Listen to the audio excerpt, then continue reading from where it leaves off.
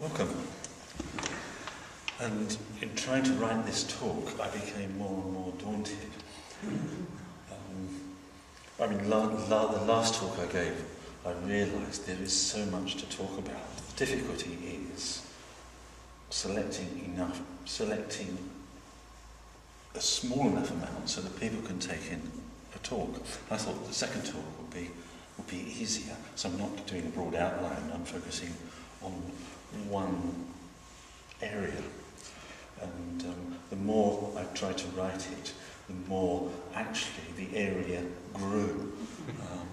However, I am going to try and do a shorter talk than last time, and hopefully we'll have time for questions, points from the audience, some discussion at the end of it as well. Okay.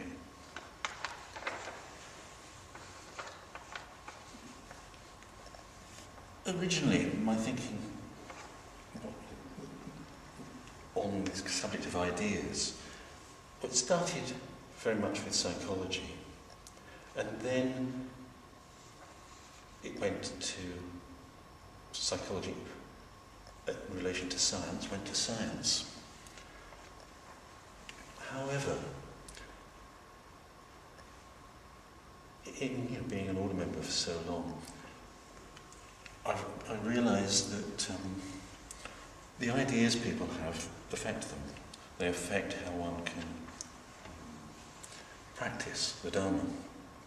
And it's important to become aware of one's ideas, the ideas one holds, the beliefs one has, and to be aware of their effects upon one. And my interest went to ideas that in some way or another can be harmful to us.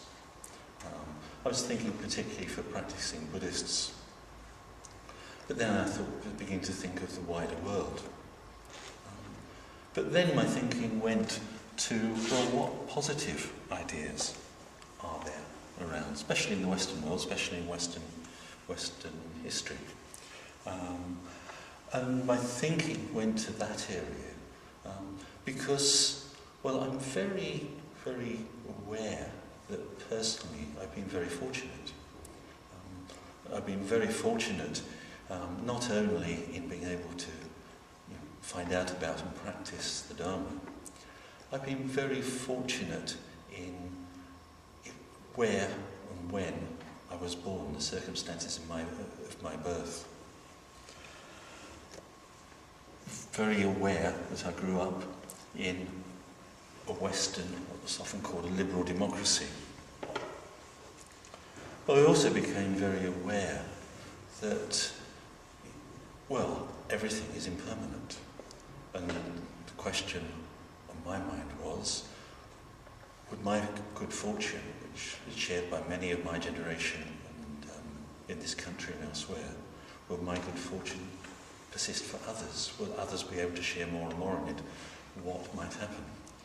And this sort of growing unease over the last 10, 15 years or so, or might not persist, that positives in Western thought and Western activity, Western culture, might not persist. And that would be a great shame. So I began to think more and more about the positives in Western thought. And that's, in a way, what I'm trying to talk about tonight. It's, in part, I'm attempting to sort of rejoice in the merits of ideas, of Western ideas and the people that had them, and the behaviour that went with them. I'm very aware, as I was saying that there have been negative ideas as well, and negative effects. But I do want to very much acknowledge the positives. So last time I took us back 60,000 years to the hunter-gatherers, and I mentioned that hunter-gatherers, well, we were an animal species, but an intelligent animal species. We could cooperate, but we were also a violent species. explored, why we might be violent, the demands really on hunter-gatherers. And I asked the question, well, could hunter-gatherers, ever overcome that violence? Could they learn to feed themselves, feel secure, without resorting to violence against other human beings? Could that ever happen? But I stressed, I suppose, the violence. It's part of our nature. Now it's interesting, if we come forward about 58,000 years, come forward to the Buddha himself. And we look at the texts where the Buddha is talking about his own life, his own going forth, and the reasons he went forth.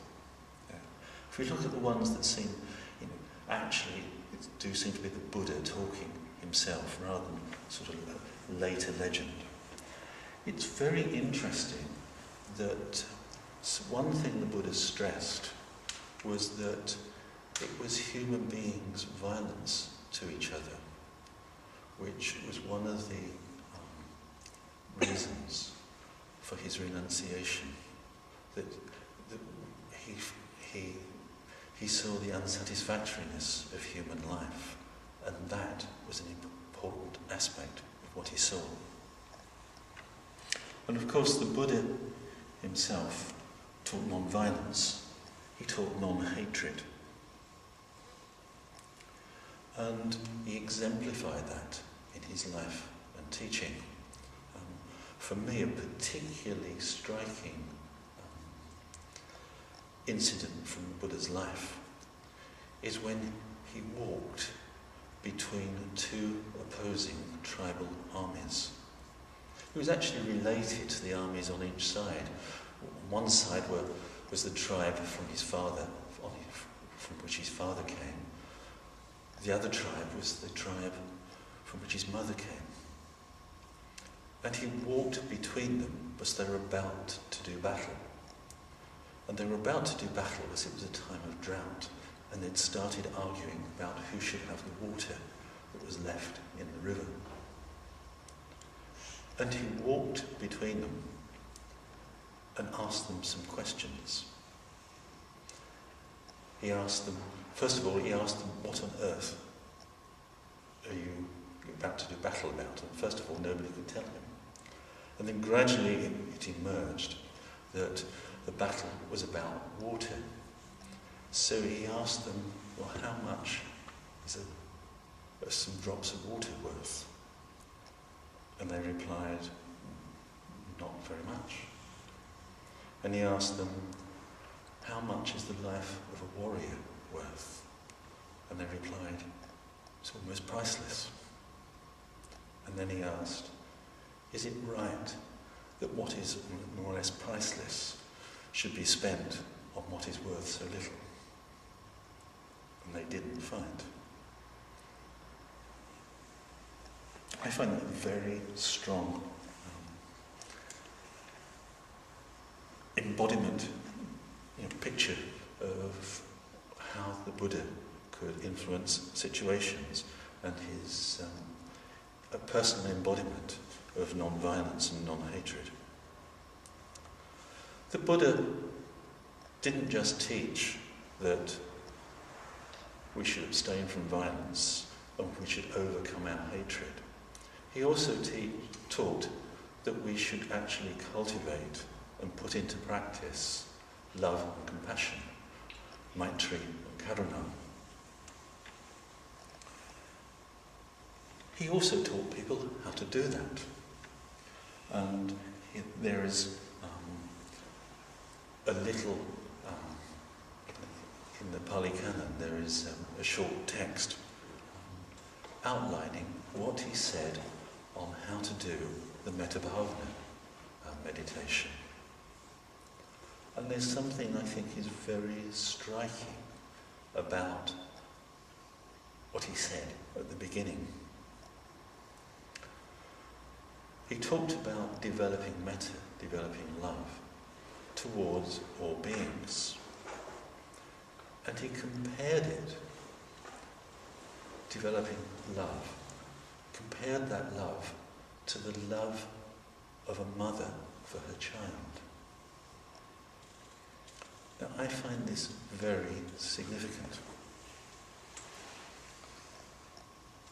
First of all, it's very significant because not only are human beings intelligent, cooperative creatures, and also violent ones, but we are creatures of attachment. And by attachment here, I mean something very positive. We are creatures who have close, warm relationships with each other. And those close, warm relationships typically begin with a mother's love for her child. They're integral to being human. It is, it's we're not just mammals. I mean, mammals, the mammals in mammalian species, the mother is important. In human beings, it seems to be even more important because we're born so immature. The mother's care is vital. And one thing I've learned over my years as a psychologist and my years as an order member is the importance of childhood attachments and their effects later on in life. How central to human beings that is. Yeah. And I find it very interesting that is what the Buddha focused upon in talking about love, maternal love, something that's intrinsically human. The point being, it's not just intrinsically human, the cultivation of love, cultivation of compassion can be the basis for, or are the basis, are central to the spiritual life, central to the development of enlightenment. Yeah?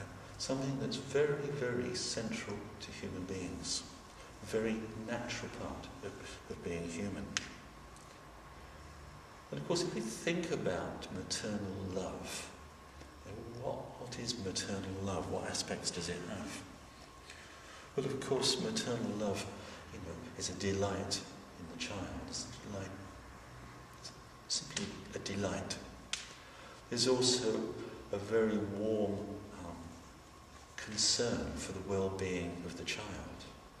But it's not just emotional maternal love. It is actually acting, behaving sensitively towards the child, so that the child can grow, can develop fully as a human being, and eventually develop independence from the mother, become an adult. Yeah. Maternal love has these different aspects. And I find that very interesting, that the Buddha was telling us, really, to develop love for everybody, for any living thing. Love very much akin, very much the same as a mother's love for her child. So the Buddha wasn't just teaching non-hatred, non-violence. He was teaching the cultivation of a very specific love, loving, active relationship with other human beings. So the question is, as human beings, we were those hunter-gatherers with those attributes.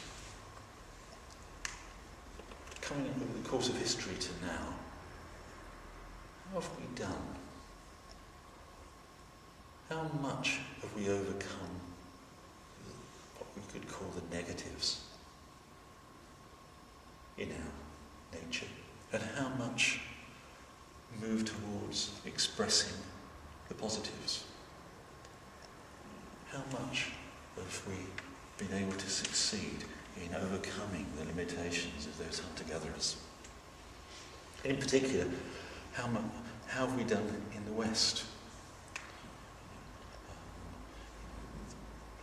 In the West over the last couple of thousand years or more, the last few hundred years or more, how well have we succeeded in being non-violent, in overcoming our hatreds, and in developing what you could call a maternal care for other people? Yeah. Well, in thinking about this, I've been thinking again to my own experience here, my own circumstances. I'm going to talk about them a little with you. Yeah. So I'm using them as an example. Well, I was born in the East End of London in the 50s. Well, we're talking 60 years ago now.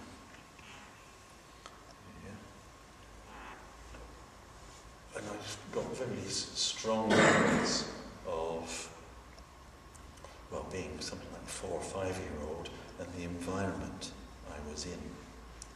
So I was born not just in the East End of London, but I was born into a working class family in the East End of London. Born in a street. Well, the street, like many others around there, it had what the Cockney word is debris. Yeah, it had the debris. It had lots of debris. At one end of the street there was a debris. At the other end of the street was a debris. And at the end of the garden, over the garden fence, there was another debris. As I learned later, the debris was the ruined ground, overgrown with things like convolvulus, where German bombs had flattened the housing during the Second World War. It was the second I was born, 8 years after the Second World War ended. So when I learned about it, it seemed a long, long time ago, but of course it wasn't. And its marks were still there, very much still there. And I learned, of course, from my parents and other relatives, a little about the war. Of course, my father, my uncles, had all fought in it.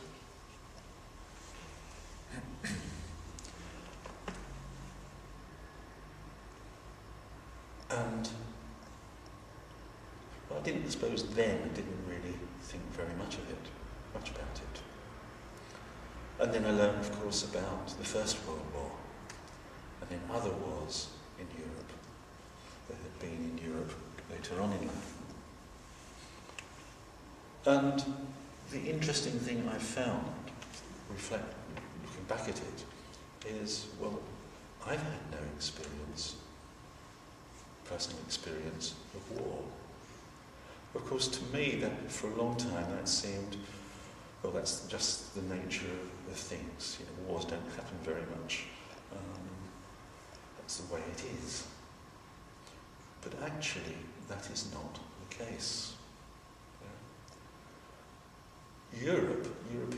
Western Europe, particular Western European nations, have not been to war with each other for, what is it now, 65, 60, 67 years.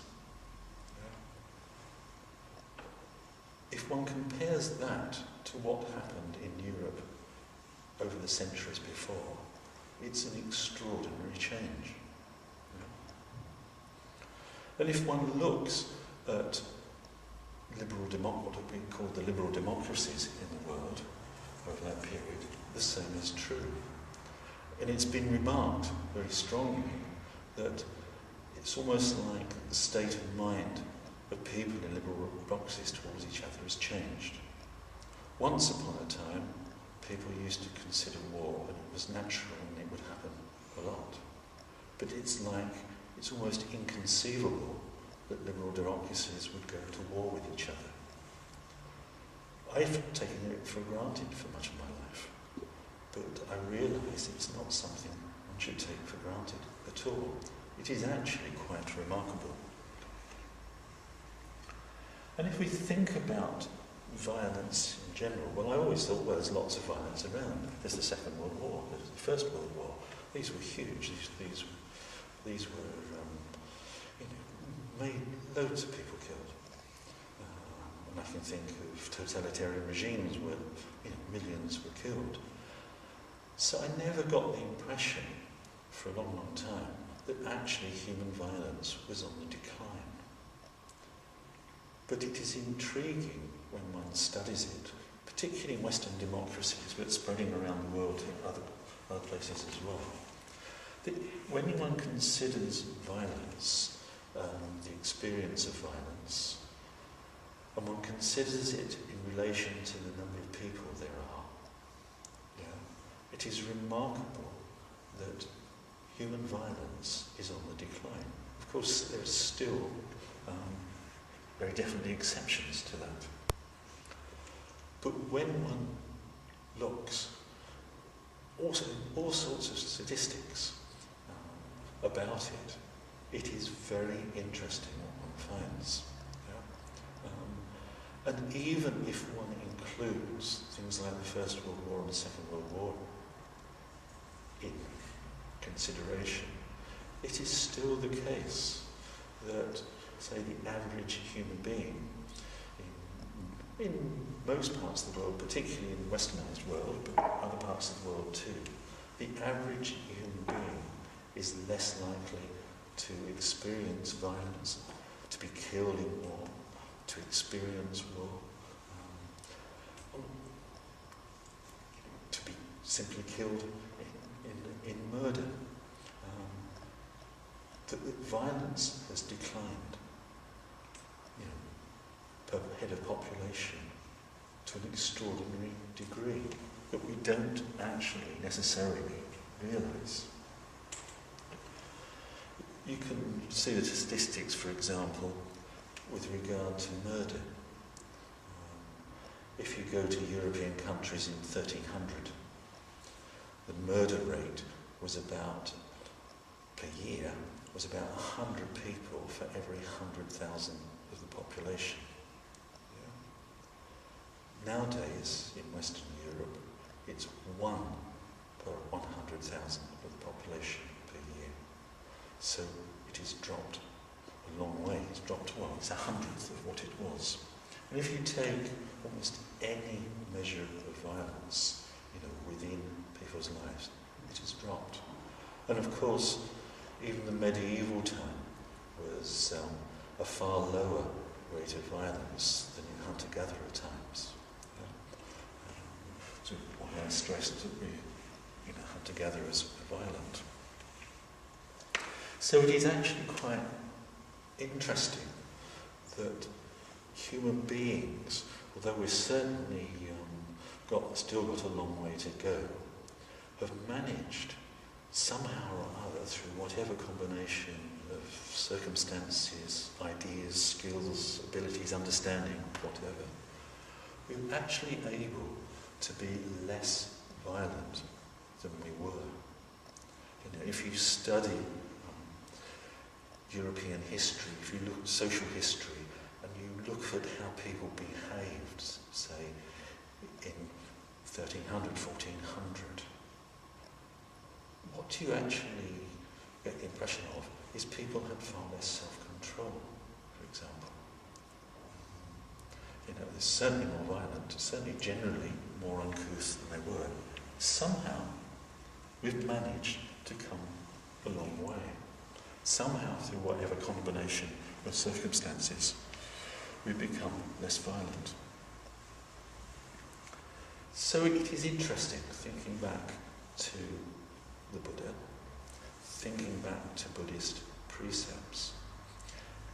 It's that somehow the human race, or at least major parts of it, have been able to put the precept of non-violence into effect somehow more successfully than people used to.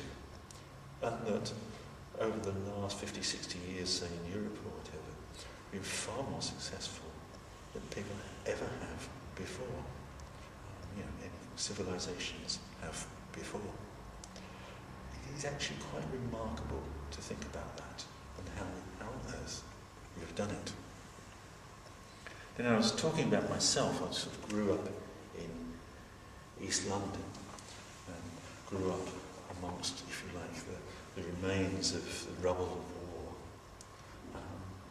But I didn't just grow up in what became, for a long, long time, for decades, a peaceful environment. I didn't just have that good fortune. I had other good fortune as well. I mentioned coming from a working class family. Well, my parents left school, each about the age of 13, 14, because they had to go and work. They had to go and work because the families needed money. So they couldn't continue their education. Well, I went to school. I went to school to the age of 18 and then went to university. I was given a grant to go to university. I didn't have to pay a penny. I had a free education, not just at school level, but at university level. It continued on beyond that. And of course, another thing was, well, poverty. My parents used to describe to me, indications of the poverty in the streets around where we live, that there had been before the Second World War. I've never known poverty. I grew up, of course, with the welfare state.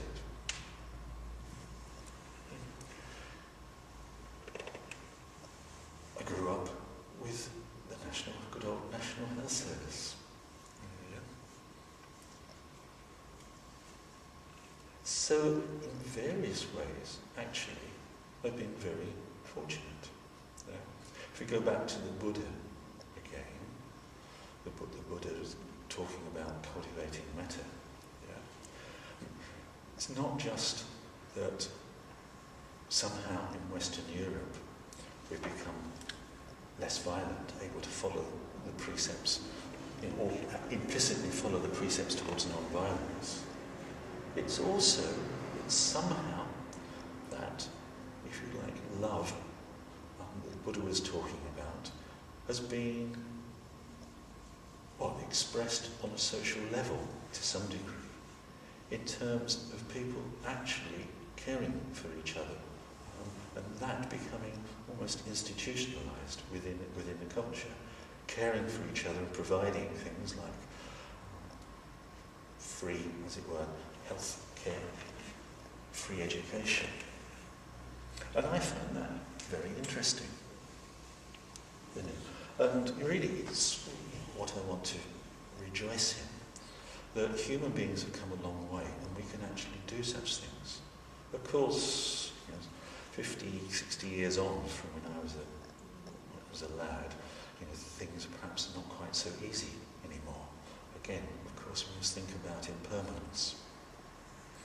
But I just sort of like to rejoice in the merits. I suppose my parents' generation, the generation of people around the world who contributed to that, contributed to my welfare.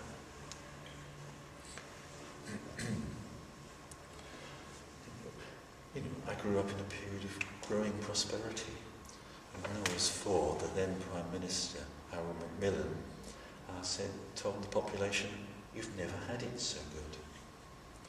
He was quite correct.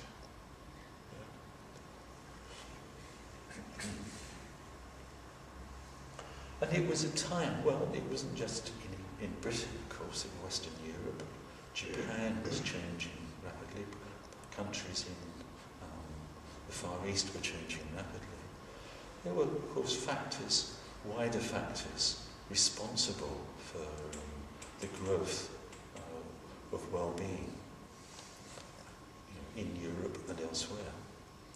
There was actually something called the Marshall Plan, which was an American aid aimed at stimulating the economies of the countries it was given to.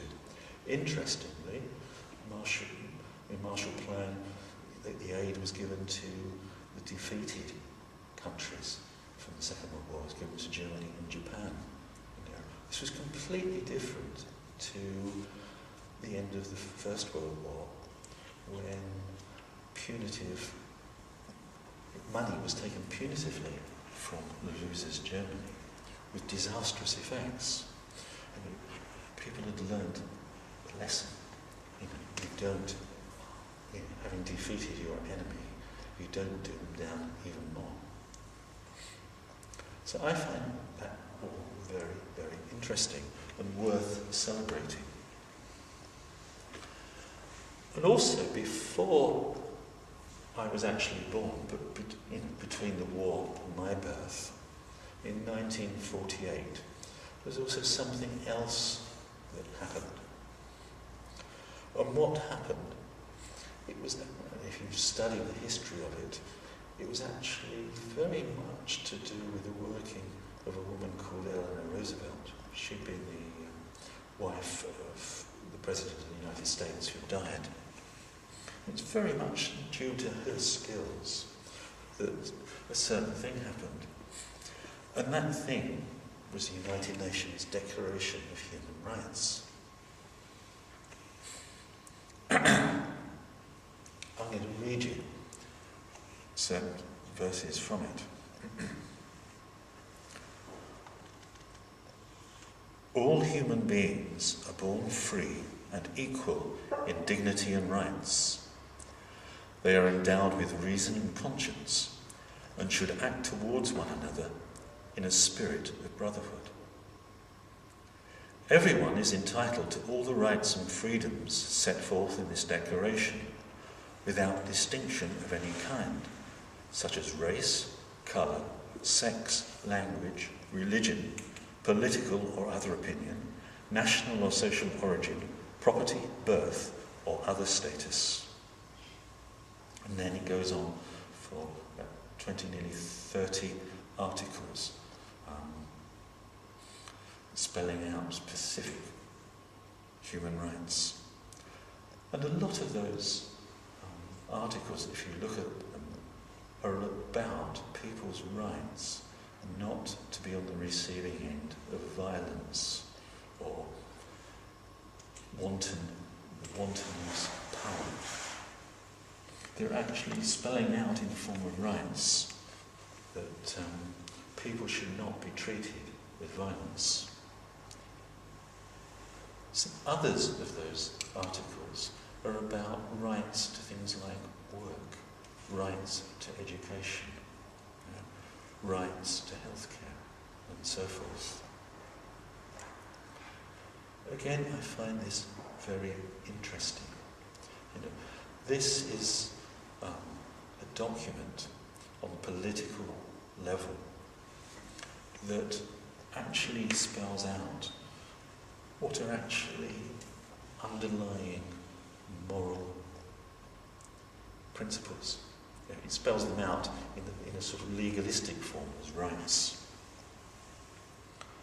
But it's really enunciating for everybody specific moral principles. Principles of non-violence, much of it is about. And principles, if you like, of being able to have the freedom to receive those things, food, education, etc., through which human beings flourish psychologically, physically, spiritually. And personally, I find it a remarkable document that human beings can do this. Of course, over the years, it's been criticised, and it's come under quite a bit of criticism, or the doctrine of human rights has come under criticism. I mean, it's doctrine of natural rights, human rights, almost ever since it was been first enunciated, was come under criticism. I mean, the 18th century philosopher Jeremy Bentham called the idea of natural rights nonsense on stilts. And the thinking underlying that is, well, rights come from governments, come from human beings giving rights. How can you have underlying natural rights? How can there be? It just doesn't make sense. And there's, over the years, been lots of, if you like, philosophical debate on that as well. And there have been other things about other objections to human rights as well as the sort of underlying philosophical ones. Of course, there have been countries that really don't want to uphold those human rights. I think the UN Declaration was signed by most countries. Conspicuous one that didn't was the Soviet Union, and also some of its satellite countries that it invaded. Another two countries that didn't sign were South Africa and Saudi Arabia. Of course, if you're a totalitarian country, if there are people in your country that you really don't want to give rights to, then you'll try and poo-poo the very idea of natural rights, of human rights. Yeah. And also in more recent years, there's been a lot of debate about whether the terms human rights are misused, and used far more than they should do. And I think there can be some truth in that when one looks at some of the use. However, I'm going to read a quote from a modern philosopher, A.C. Grayling, about skepticism about human rights.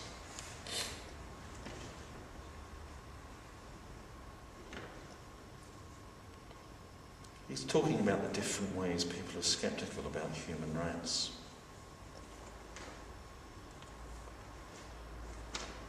He says, a mature reflective exercise of gathering the hard-won lessons and even harder-won advances of 5 centuries into a single document, distilling that experience, is itself an achievement of the human spirit that dwarfs the naysayers, motivated as they seem to be by a lack of understanding of what it would be like to stand on the kindling at the stake as the fire is lit under you, as inquisitors practice the water torture on you, as you languish in prison for your beliefs, as you slave in the fields or go hungry and in rags to the factory before dawn, as you live a life on the margin of society, excluded from the goods and possibilities available to the mainstream, as the midnight knock comes at the door, as your children are torn from you and marched towards the gas chamber.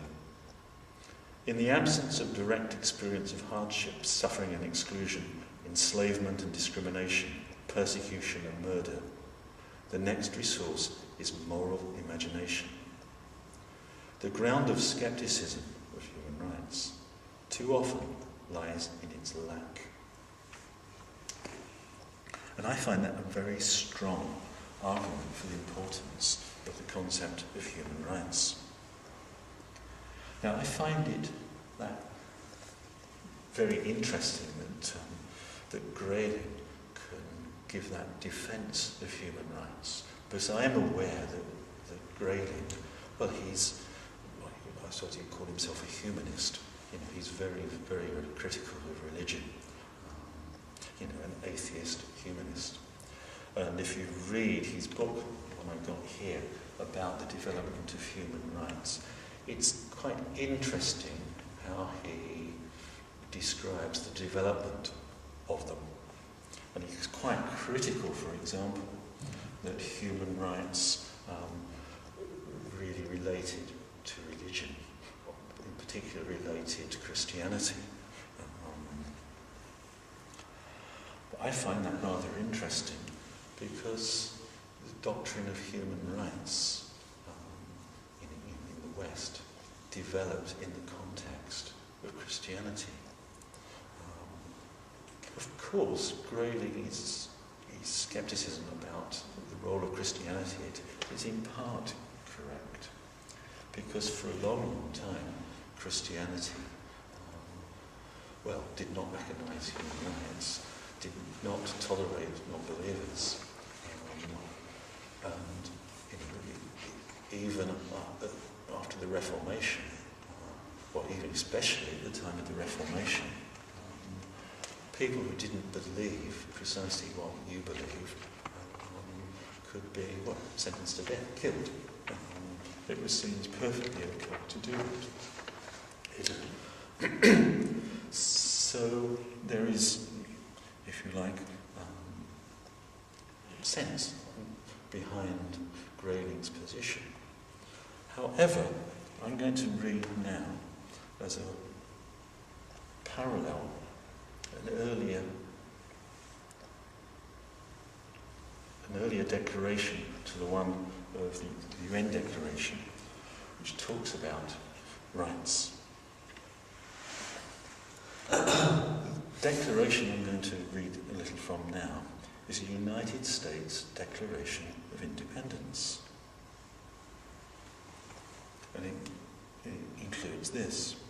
We hold these truths to be self-evident, that all men are created equal, that they are endowed by their Creator with certain unalienable rights, that among these are life, liberty, and the pursuit of happiness, that to secure these rights, governments are instituted among men, deriving their just powers from the consent of the governed.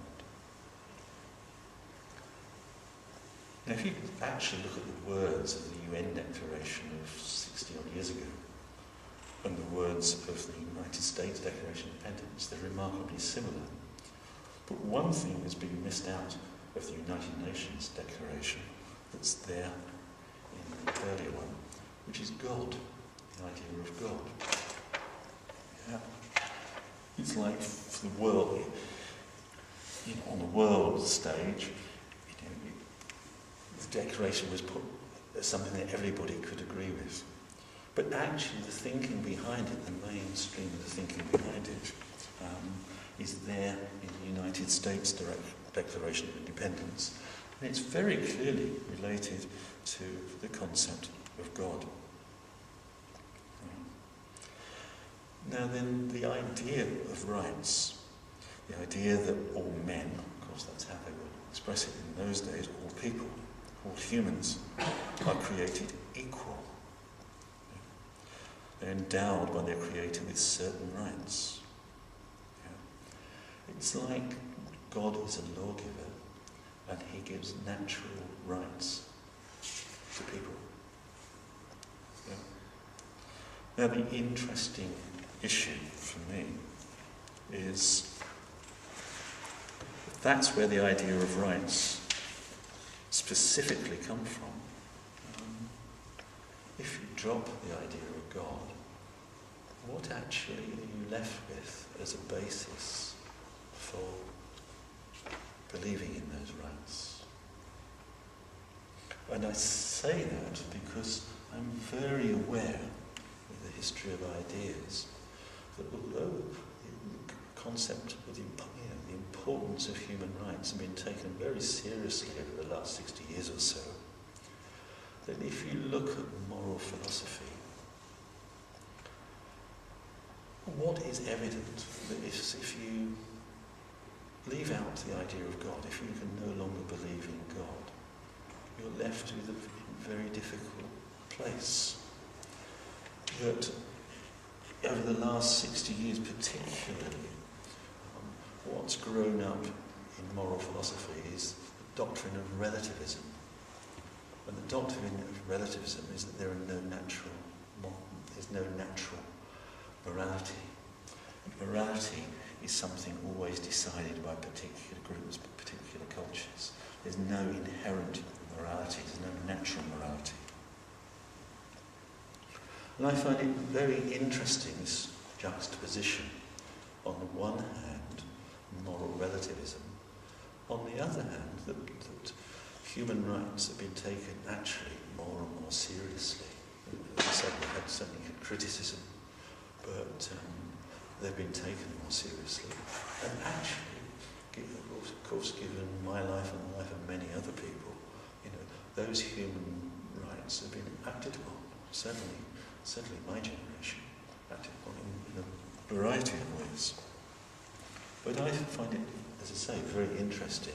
There's this almost dichotomy between almost a common sort of political acceptance of these rights. They actually exist, they're important. on the other hand, it doesn't seem to be based on anything anymore, unless you believe in God. Of course, as a Buddhist, I would say, is what's happening is that, contrary to what the relativists say, there is a natural ethics, there is a natural moral dimension to human behaviour. It's not dependent on a God legislating, as it were. It's an inherent aspect of human existence, as I've discussed in my first talk.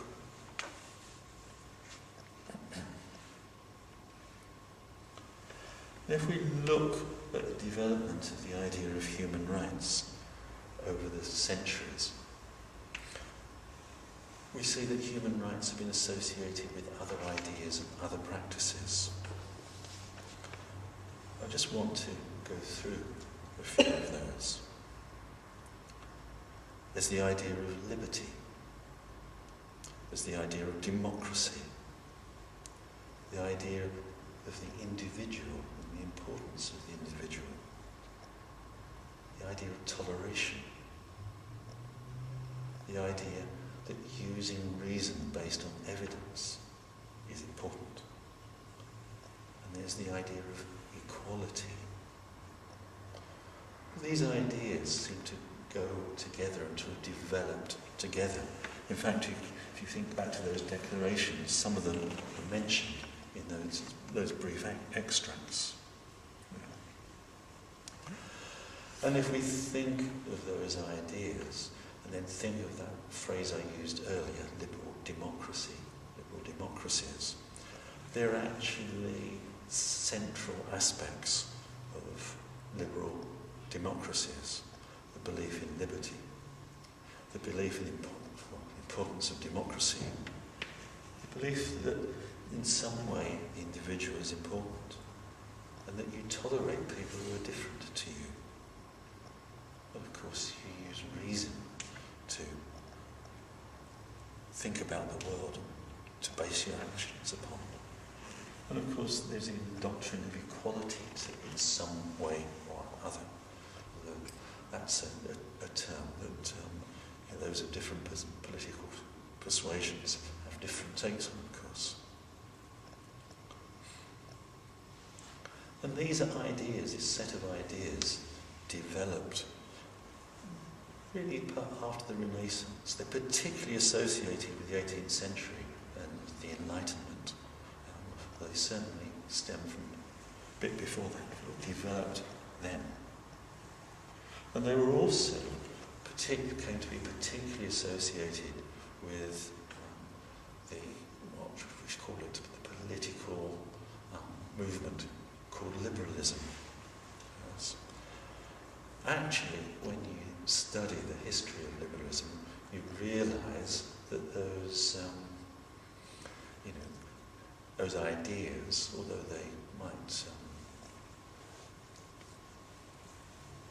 very much espouse those ideas, at least in words, were not necessarily put into practice. Actually, it's easier to say these things, especially if you mean, say, if you're talking about liberty, and democracy, and the importance of the individual. It's very easy to use those words if you mean, well, my personal liberty, my participation in government, and my own individual needs. It's rather easy to use those terms just applying to yourself. And toleration, well, please tolerate me. Perhaps not so easy to apply them to other people. And if we think of the United States Declaration of Independence, it's talking about all men are created equal. There is a huge irony to it, of course. Well, parts of the United States at that time were slave-owning states.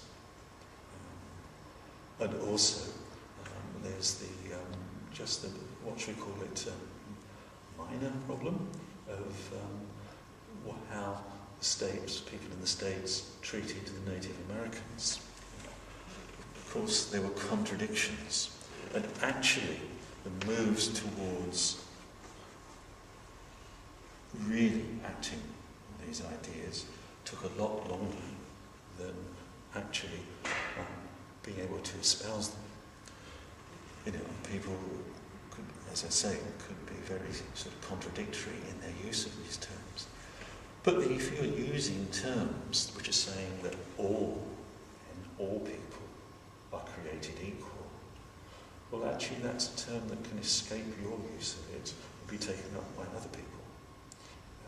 It's a term that has a life of its own. It's concepts that have life of their own.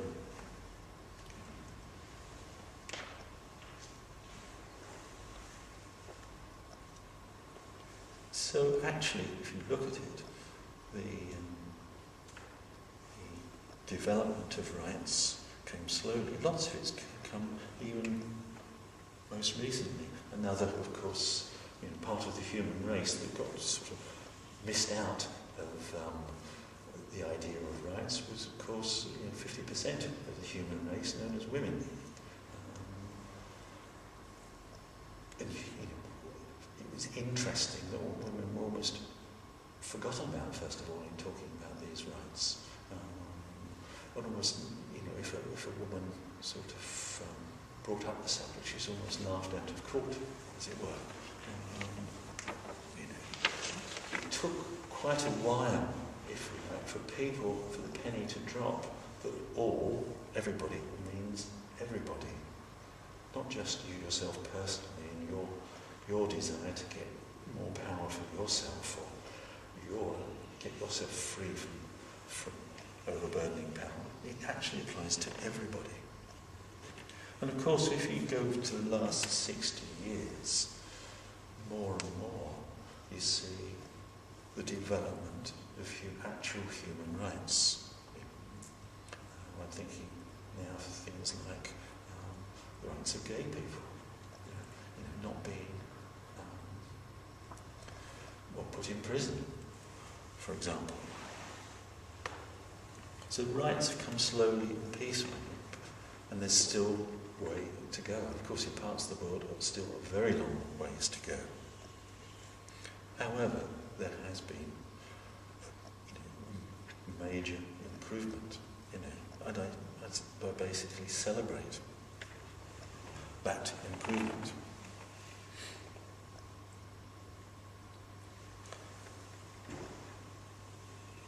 I talked about the irony of the United States Declaration of Independence when it was actually a slave-owning country. It's interesting to look at the abolition of the slave trade. It proceeded apace across the world towards the end of the 18th century and in the beginning of the 19th century. The ideas of human rights were catching on. But again, it is interesting to see how they did that. Certainly not, first of all, in the United States. And somewhere where one would have thought they might have caught on was in France, where the French had a revolution, overcome the old despotic power. Of course, the French Revolution went drastically wrong. But there was no talk about freeing slaves in France, even though they talked about equality, fraternity, liberty. In fact, Napoleon, when he came to power, reinstituted slavery.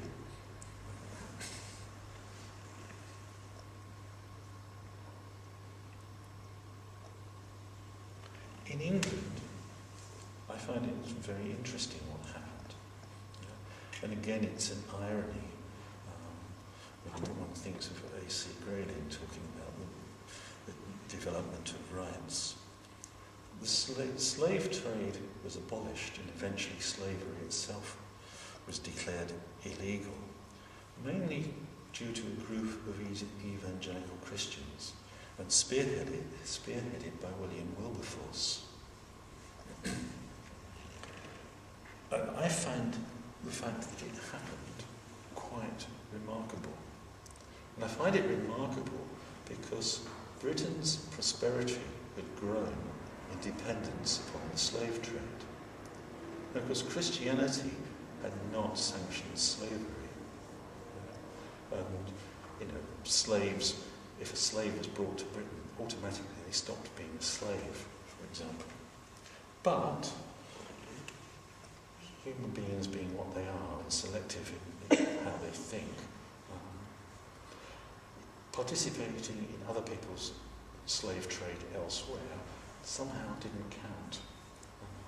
And of course there was the West African slave trade which had existed for, well, who knows how many hundreds of years before the Europeans, before the British ever got there.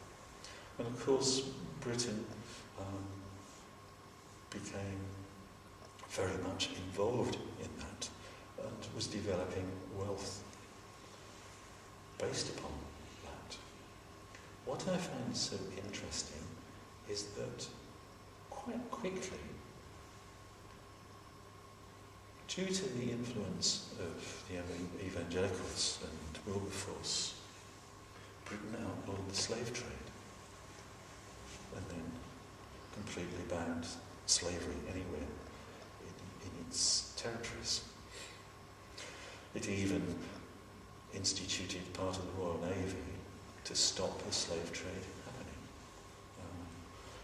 The Royal Navy fought battle against slave traders. And it would have happened more quickly if the Napoleonic Wars hadn't been happening. They made it slow up. But people were quite rapidly persuaded by the evangelicals that this just wasn't on. That this, slavery was just, completely out of the question, completely inhuman. Of course, slavery had existed since time immemorial. It's interesting, I'm looking at abolitions of the slave trade around the world. The first recorded attempt at abolition by a government of the slave trade was by the Indian Emperor Ashoka, way back 2,000 or so years ago. Of course, Ashoka was the Indian emperor. He started off very much like other rulers, a violent man. He was the one who, after his conquest, converted to Buddhism and feeling extreme remorse about what he'd done. It's intriguing that he was the first recorded person in history to actually abolish the slave trade. But in the West, in more recent times, it was very much to do with Christians, with the way Christians have developed, Christian evangelicals. And it seems, looking at the evangelicals, that what was important for them was acting a Christian life, which was acting, taking the principles, taking the teachings of Jesus and acting upon them. Yeah. Also, they recognise very much that if you harm somebody else, you're also harming yourself. In some way or another, you're harming, in their terms, your soul. Yeah. But, they recognise very much also that participating in a society that allows harm to happen, simply is not on. It is one's duty and responsibility to work against such things. I find that, again, something very interesting and very well worth celebrating. Is the sort of that sort of Christian morality based on those teachings. Of course, the teachings of love, the ones they were focusing upon. Very definitely not teachings of the Old Testament.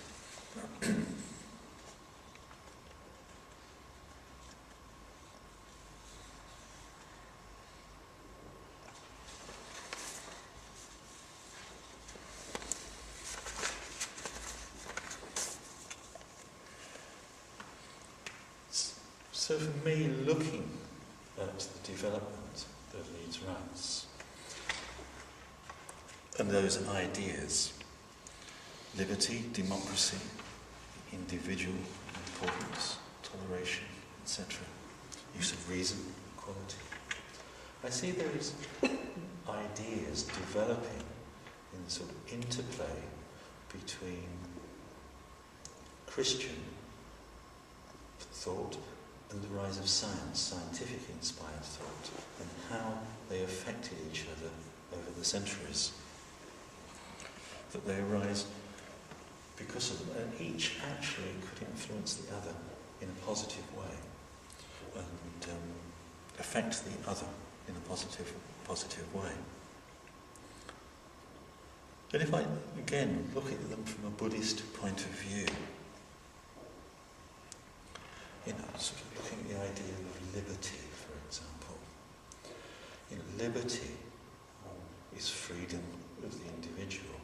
Well, to think, first of all, to think what one thinks is true. Not to think a certain way, not to hold certain ideas as true because somebody compels you to.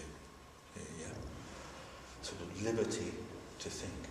Well, as a Buddhist, of course, I very much appreciate that I live in a society where I can do that, where I can actually become a Buddhist, not a Christian or whatever.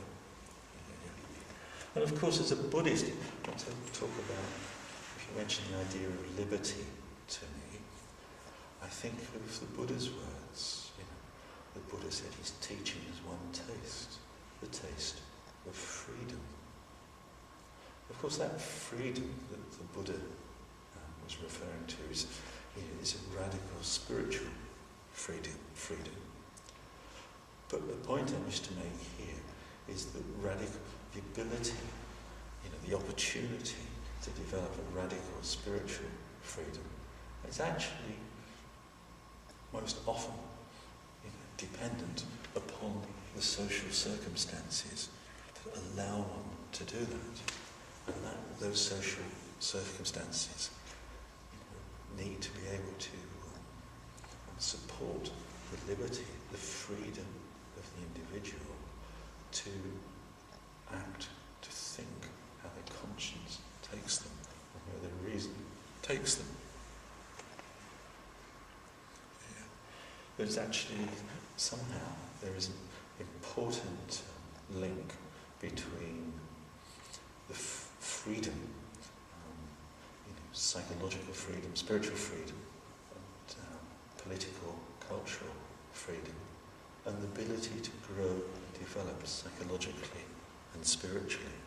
Yeah. It was recognised by the Buddha. It was recognised in Western history in the development of these ideas. And of course, I mentioned one of the important ideas was the concept of the individual. Yeah. Now that idea of the individual developed in distinction to the notion that we're all just part of a particular social order. We have our place and we should act in that place, and that's it, that's us. Right?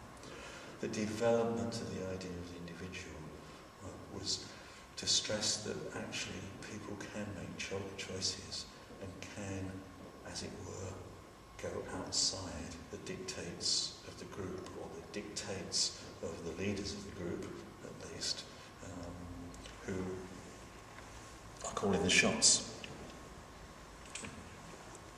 It's a very interesting concept, the concept of an individual. And, well, I'm not going to go into particularly much. I'm also aware, when I think of the individual, by Sangharakshita's teaching. I'm not sure if it gets talked about much these days, his notion of the true individual. Sangharakshita made a contrast between the true individual and, on the one hand, a person who's just a member of a group and just fits into the group without really thinking, just goes along with everything.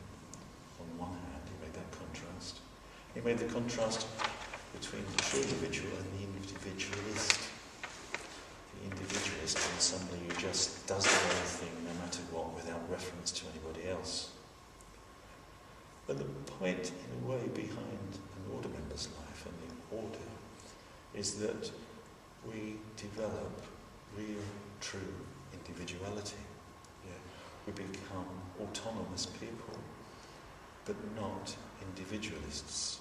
Yeah. We become autonomous people we become individuals, but we are individuals in relation to each other, and in relation to other people. That, human beings are creatures of relationships, inevitably. It's part of our nature. Yeah. The question is not becoming an individual and forgetting about relationships with other human beings, but about developing the quality and nature of those relationships. Yeah. I stress this importance because I'm really aware in Western thought, in terms of liberalism. If you look at liberal thought, the idea of the individual, it becomes problematic after a while. That while on the one hand there is a very important stress within the liberal tradition on the importance of individual people, that each individual is important. The group cannot simply override the rights of the individual. While there's that important stress, on the other hand, you get the idea when you're reading the texts, the authors, that the individual almost exists in a vacuum, but almost that if their actions are not immediately harming people, it really doesn't matter. It's almost like relationships are very much secondary to the individual. Of course, that stress led to reactions against liberalism that I'm not going to go into now. But I just flag it up as an important issue. That as a Buddhist, and particularly as a member of our order, I'm aware of as a very important issue. That individuality, real individuality, being a full human being, if you like, is done, on the one hand, one's autonomous and one acts with one's own moral responsibility. Yeah. It's always in relationship with other people of some kind or another. We are intrinsically creatures of relationships and of attachments.